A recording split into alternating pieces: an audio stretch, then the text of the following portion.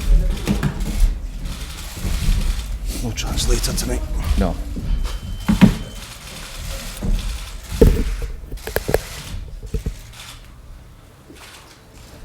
Okay guys, who'd like to start? Chris again? Brendan, we just first of all start the season squad, the injuries. Yeah, the guys that were obviously out for the weekend are back and available and have trained. So Eric and Lee will be fit. So other than that, we are fine. Was pride the key motivating factor at the moment? Yeah, as well as learning. I think that hopefully what we've shown over the course of the games here, that we've got better as each game has went on. Huge step up for us this season in terms of where we've been at, but been really proud of the players in terms of how they've taken on board the challenge of being in such a difficult group, and how they've responded and how they've improved over the games. So this being our last game, we don't see it as an end to this season, but really another opportunity for us to learn and be able to hopefully take that into next season's competition. Is the mental aspect the biggest achievement you found in this campaign? Yeah, I think that when you look and see where a lot of the players have come from, and a lot of them haven't experienced this level, so to make that jump and obviously to have that first game away in the Camp Nou, then of course it can be very daunting for them. But how the players have responded to that and how they've gained confidence with primarily how they've performed. They've performed very, very well. In the Barcelona game, even though we lost, but the performance was much better. Borussia away was of course a good marker for us in terms of going away and performing well with that composure and quality. And then of course the Manchester City game at home, where we couldn't have played Manchester City at what would deem to be maybe the worst time, where they were high in confidence, had won 10 straight games. So really them coming to Celtic Park on that night, they haven't been in a better moment all season. So for us to perform like we did, and that gave the players not only the technical and tactical belief, but as you say, the confidence, and that, of course, at this level is vitally important also. Do you sense the excitement still amongst the players, even though positions are all settled for tomorrow's game? Yeah, because it's a big game. Even though, of course, we're disappointed not to have brought it down to the last game with something to play for. But for us, it's still it's a great game as a part of our development as a team. We've been only together 6 months and we've made some great strides forward, and we want these types of games. For us to develop, we need these types of games, and to play Manchester City at the Etihad is a brilliant game. It's a great stadium. The pitch is perfect. Be great support there from both teams, and for us, as I said, for us to make the steps over the coming years, this is the types of games that we can play in. You're using tomorrow night as looking to the next campaign rather than the end of this campaign? Yeah, I think it's my optimistic look on their development of a team, and the club is exactly that. We knew it was always going to be tough for us. We had to fight and be right at our maximum in every single game that we've played to being able to gain anything in this competition. And obviously the teams above us have got huge quality, and in terms of where they're at in finances, and it's a huge gulf. But for us, we want to be competitive, and for us that was always going to be our challenge in this year's competition. But I think we've coped with that as the games have went on. Can we now finally come into this game tomorrow night, again go and show against a top class team with outstanding players, and a lot of them at the world class level? Can we come in and compete again, impose our game into the match, and come out of it with confidence, and win, lose or draw, look to make a performance that again can give us that confidence going forward. In terms of, I suppose, when you get to the end of the campaign, you give you a chance to reflect on where the club is. Where is it in terms of its Champions League ambitions compared to perhaps where you thought it was? No, I'll think about that after the game. You know, as you say, you'll think about it afterwards, so it's not complete yet. But what was key for us was to get into it this season. That was always going to be a difficult ask. I think everyone respected the challenge of arriving into the Champions League this season with such a short time working together. So it's an absolute big credit to the players and how hard they've worked with very little time, and they got themselves qualified for the first time in 3 years. So for us, we need to keep improving. That's key. And in order for us to do that and to accelerate that improvement, then of course, if you can get Champions League football, that can really help the foundations that you're trying to put in place. I asked Scott whether or not when the Scottish club comes to play competitive football in England, there's a point to prove, just in terms of how the Scottish game is viewed in certain quarters down here. Do you feel that's the case both with Celtic and perhaps even with yourself on a personal level, having now coming back to English football competitively? I think in terms of Celtic, firstly, I don't think so. I don't think it's a case of that. There's always going to be that point at whatever club in Europe. You know, the English Premier League is the most competitive league in the world, and you can look around Europe and you'll always find one or two teams at the top, all the way through from France to Italy to Germany to all these teams, and of course those leagues still have more money than the Scottish Premiership, but still the idea that there's one or two teams only within that. So Celtic is I've said it before and I repeat, it's a world-renowned club. It's an iconic club, but of course there's always that challenge when you step into England and you play. And obviously over the years, Celtic as a club have predominantly done very, very well against those teams. So we certainly don't feel inferior as a club. I think you can, if you're judging a football club on history, fan base, all of that, then Celtic is up there with the great teams of the world. If you compare in terms of finance with Manchester City or Liverpool or Manchester United, Arsenal, of course, then we're a long, long way behind. But for us, that won't stop us competing and challenging. And the second point, on a personal level, of course, is my first game back in England since I left Liverpool. And I arrived back here as happy as I've ever been in my life. I'm at a club with over 60,000 supporters every other week, a fanatical fan base.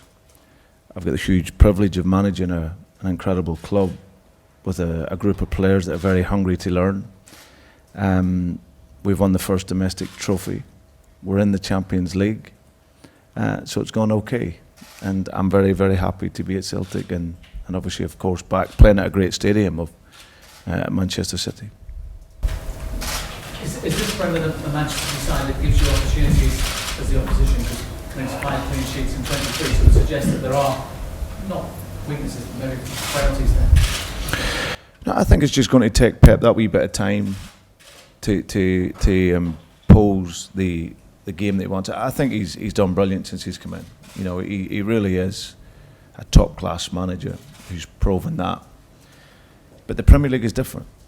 It's a different league, and I think in order for him to really impose his style, he'll be looking at probably to get a few more players in that can really function and provide the foundations to how he wants to work.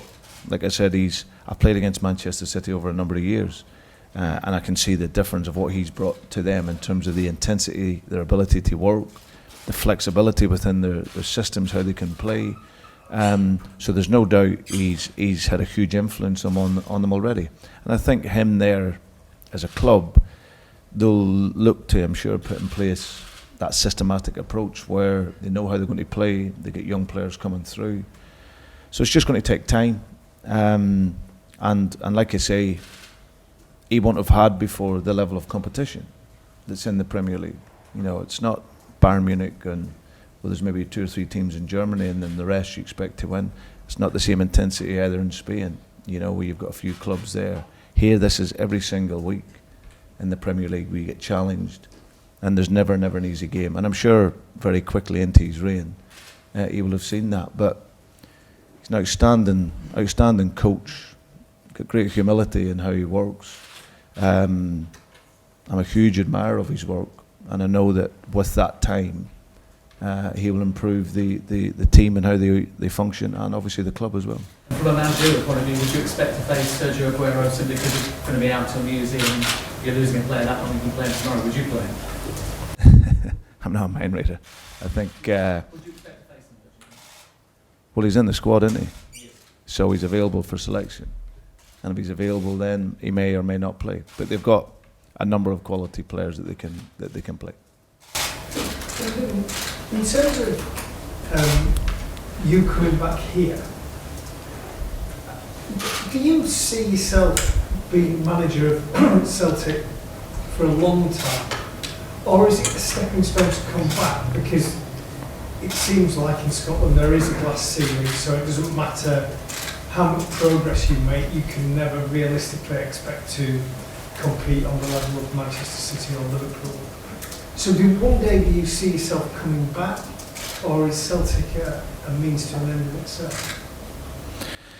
No, the most important thing for me is to be happy, and I took a period of time out after Liverpool to reflect, and thoroughly enjoyed my time at Liverpool. It was an incredible experience at a great club, but I needed to ensure that when I came back that I wasn't coming back to somewhere for one season or 2 seasons.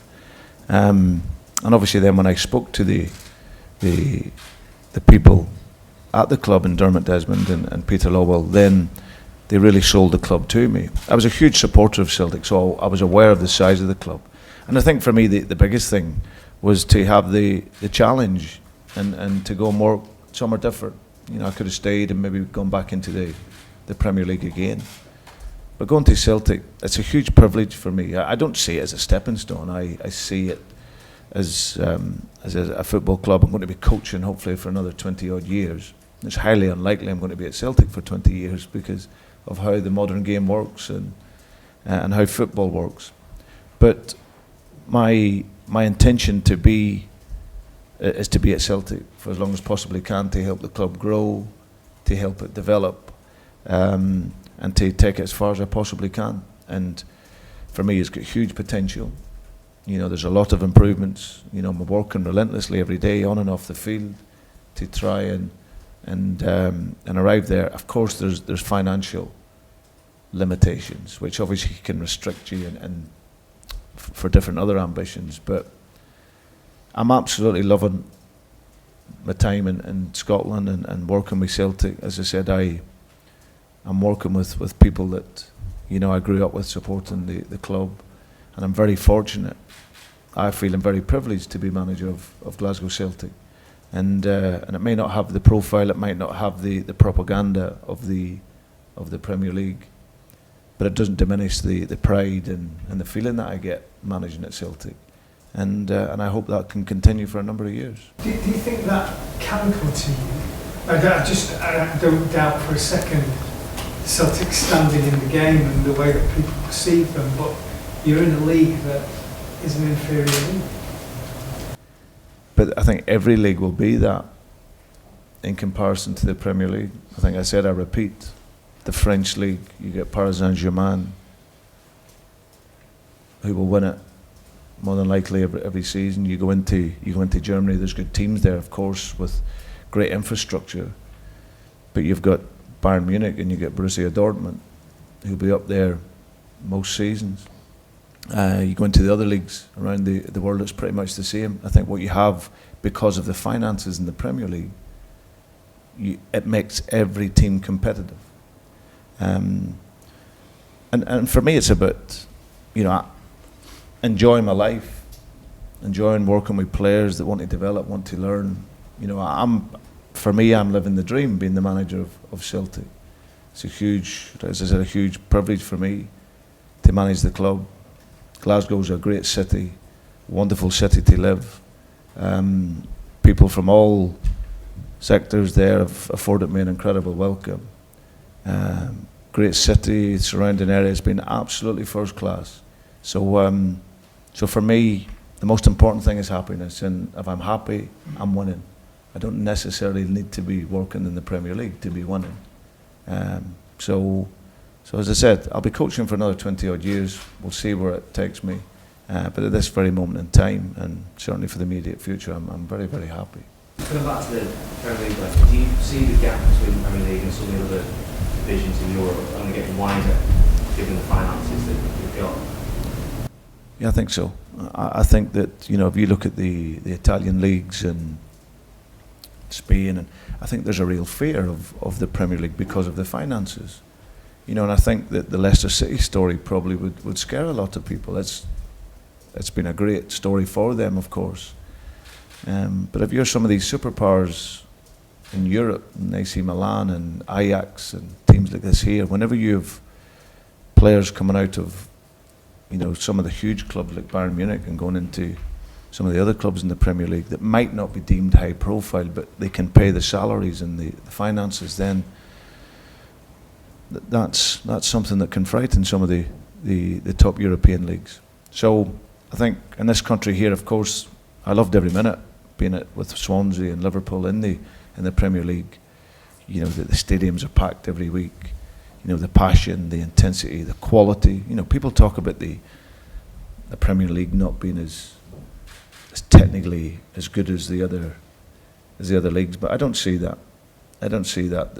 You know, that sometimes you really judge the players on their technique and tactical ability at the real high tempo, and there's not many leagues that has the tempo of the Premiership. So yeah, but bigger picture, of course, the strength and the power has grown within the Premier League.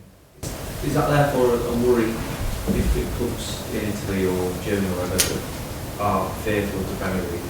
Does that then diminish the competitiveness in Europe? Not really. I think for some it'll go the other way. It'll give lots of these teams the opportunities to play young players, because that's the adverse side to it. You know, if you look at it now, I think the Premiership, on my last recollection of it when I was working in it, was over 70% of the league was the players were foreign players. So that means that a lot of your local talent and young players are finding it very, very difficult to get an opportunity. Now, if you go into the other leagues, I think you'll see the reverse in Spain, going to Germany, these other countries. So with lots of the players going out of the country and going elsewhere, it gives a great opportunity for young players to be playing in these other leagues. And if you look at Germany, how they've flourished in the last decade because of young players getting a chance. So the money can be great, it makes it exciting for people watching, but for the game itself, it can be difficult. You know, I look at young boys like Rashford, who is a big talent, massive talent. And you've seen him breaking onto the scene last year. He's finding it hard to get game time. So the money can work well, but it can also work against you as well. Brendan, what do you make about Peter Liverpool's comments that if Celtic were in the English Premier League, they could well be the biggest club? Well, I think in terms of what you've said, I think it could well be. It's a huge club. The only what Celtic doesn't have is the finances. I think everyone is pretty clear, and you know, you only need to look at the numbers. You know, if you look at Celtic this season, I think has got the third highest average attendance in Britain. I think behind Manchester United and Arsenal. And obviously people look down on the Scottish game, but that says everything for the power and the size of Celtic. You know, that we've got that attendance to be the third average across Britain. The support base is worldwide. It's absolutely huge. And of course, every player that comes to play at Celtic Park throughout history, the Lionel Messis of the world, and everyone talks about the real cauldron and the atmosphere that's there. And if you bring that and you give that foundation and that base of a club, where instead of maybe getting £2 million on TV money, and you can get over 100 odd million, plus everything else that's generated by that, then you're in a different ball game altogether. because of the players that you could attract, the worldwide viewing figures, everything goes from there. So I think that was probably what he was looking at from that perspective. He wasn't talking about right now, this very minute, could go in and be one of the biggest, the biggest club. I think what he's talking about, the potential, if it was ever in the Premier League. On young players, obviously Patrick Roberts is going to be playing against their club again. You've worked with him for about 4 months now. How do you see his progress, and do you think he's got a role to play in the City's team next season under Guardiola? He's been brilliant. I didn't see a lot of Patrick before I came to Celtic. I obviously was aware of him. But he's a big talent, and I think that it's, first of all, it's a big applause to him that as a young player he could have easily sat in at Manchester City and hoped maybe for some game time, but after 6 months he realised that he needed to play games to find the experience, and there was that collaboration between Manchester City and Celtic to come in, because obviously if you come out of Manchester City and you want to test and measure your young player, you want to put them in an environment where they're going to be under pressure and they're going to have expectancy. So him coming to Celtic, he was always going to get that.